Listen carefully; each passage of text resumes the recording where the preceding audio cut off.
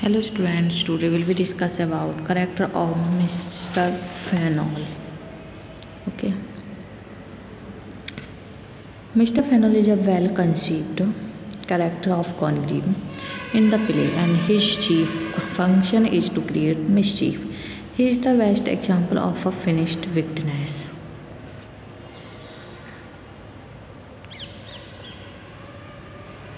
We do not find any praiseworthy character in him throughout the plot, but his lust and greed for money. The only impression that he creates upon the readers is that of downright villainy. The descriptions of his real character is the best. When Mirabel tells Millamant that I know Fennel to be a man lavish of his morals.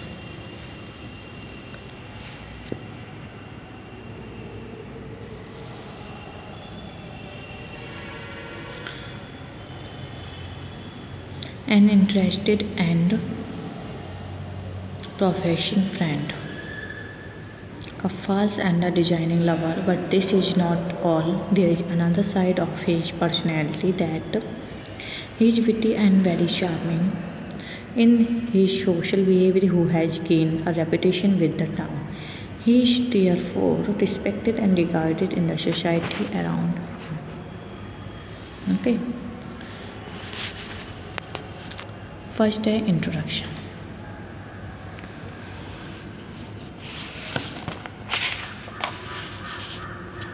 Fennel is the best example of a true libertine and service. The purpose of the dramatist of exposing the villainy of the fashionable folks and their uncontrolled greed for money. Next, his immortality. In spite of his witticism and his charming personality, Fennel is the representative of restoration folk. We always find him indulging in immortal relations and hankering after women. Virtues and moral have nothing to do with him. He is a married man, but he has neglected her because he bears no affections for her. Rather, he agreed for this marriage only because he hopes to get the large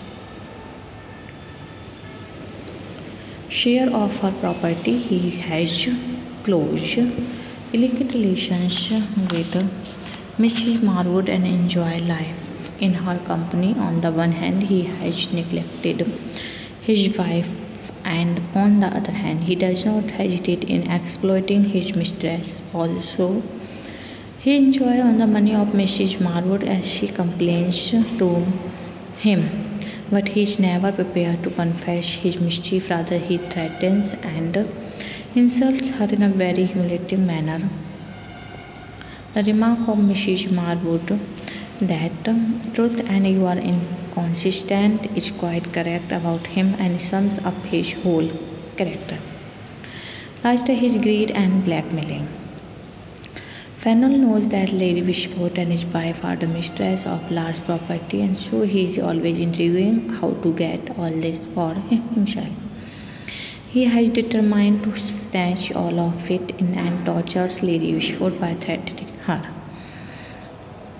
At this moment, he is quite insolent in his behavior and compels her to surrender everything before him. He is not prepared to hear anything from her in her defense and declares, I come to make demands, I shall hear no objections. He puts very hard conditions that she cannot marry, and if she does, it will be according to his liking. He also threatens and that otherwise he would divorce her daughter. The poor lady does not know what to do, but suddenly Mirabel appears there and redeems her. He is extremely angry at this sudden disclosure that the whole property has already been transferred to him before Fennel had married, and so he leaves from there cursing them very badly.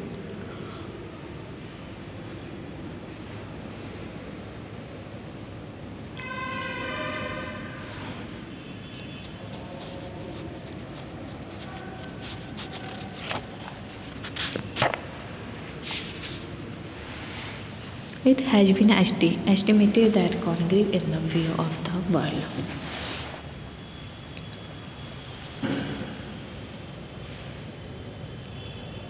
Okay. Deals with the relationship of sexes in his own society. He satirizes false relationship and by implication presents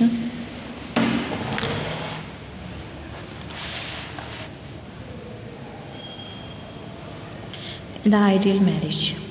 It is easy to say that Congreve's message is contained in his last and best play, The Way of the World, that in The Way of the World is all that Congreve has to tell us in this his final treatment. In fact, the central theme of this comedy is undoubtedly the relation of men and women in marriage. Congreve does place before us different points of view in regard to marriage. There is a willful who is prepared to marry just for from home's sake, but well and for will get married for establishing a home. Lady Wishford is eager to marry the mythical Sir Roland for the satisfaction of her grotesque, middle-aged peasant, final marriage as a matter of mutual convenience. For the sake of his wife's money, finally there is immortal pair Mirabell and Millamant, whose marriage is based upon love no less than reason.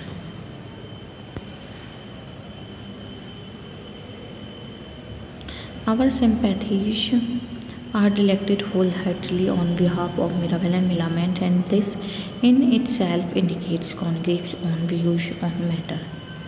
In reality, restoration comedy was almost exclusively concerned with sexual relations, and such Congreve's comedies, particularly The Way of the World, seem to be subtle comments on love and marriage. Karl Marx said that the immediate, natural, necessary relation of the one human being to another is that of man to woman.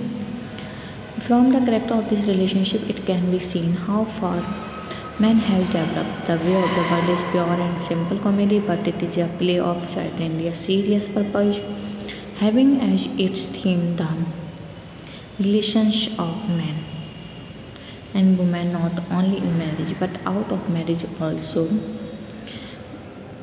The whole theme of the play certainly revolves around the relations of man and woman, illicit love affairs, adulterous relations, courtships, unhappy marriages, divorce, hankering around marriage and marriages for the sake of money. There are also terms and conditions governing what may be regarded as an ideal marriage. In the mind of every character, there is practically nothing but love and marriage, and for this they frequently resort to cheating, deceiving, and intriguing.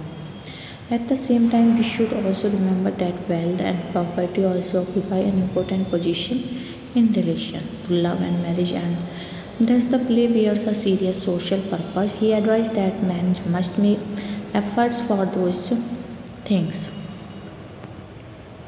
which can make a happy married life, as happens with Mirabell and Millamant and Betwell and Fowell. The relation like those Mr. and Mrs. Fennel always lead to failure. Okay. The theme of love, marriage, and sex has been brought before us since the very beginning of the play. On the hand, we find that Mrs. Fennel, the daughter of Lady Wishford, had her love relations with Mirabell, which grew into their illicit relation. Later on, this will add to the pregnancy of the lady, and so Mirabell contrived to get her married to Fennel. This is the concept of marriage and free sex in those days.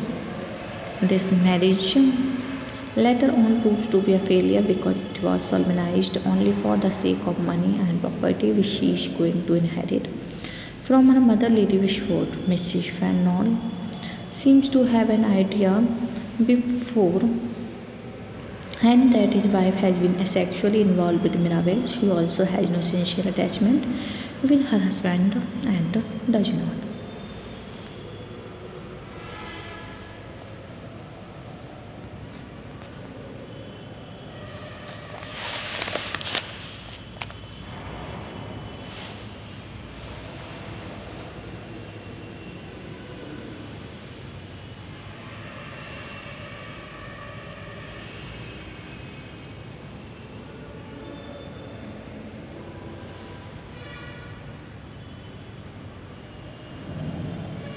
Fennel reveals his bitterness for his wife during the conversation with Mrs. Marwood and considers his marriage as a wedlock,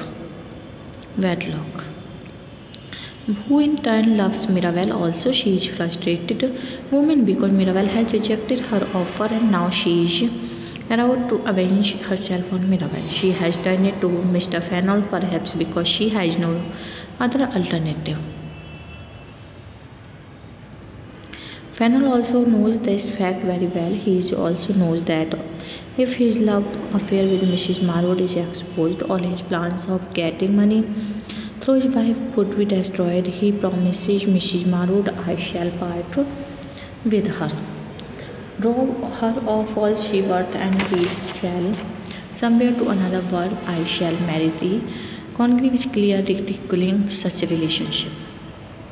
It seems to us the play ridicules both love and marriage by exposing the worldliness, materialism, and hypocrisy. Another aspect of the theme love and sex marriage has been presented through the lust of Lady Wishford, who is madly in search of her husband. First, the developed love with Mirabel, who is much younger to her as husband. First, she developed love with Mirabel, who is much younger to her. As was expected, this love of Lady Wishford was bound to end in fiasco, since it was not love at all but an intrigue of Mirabel to befool her. She extremely desires to marry an husband to satisfy her lust, and this is why, as she hears about Sir Roland, the supposed rich uncle of Mirabel, she is made after him and thoughtlessly decides to marry him.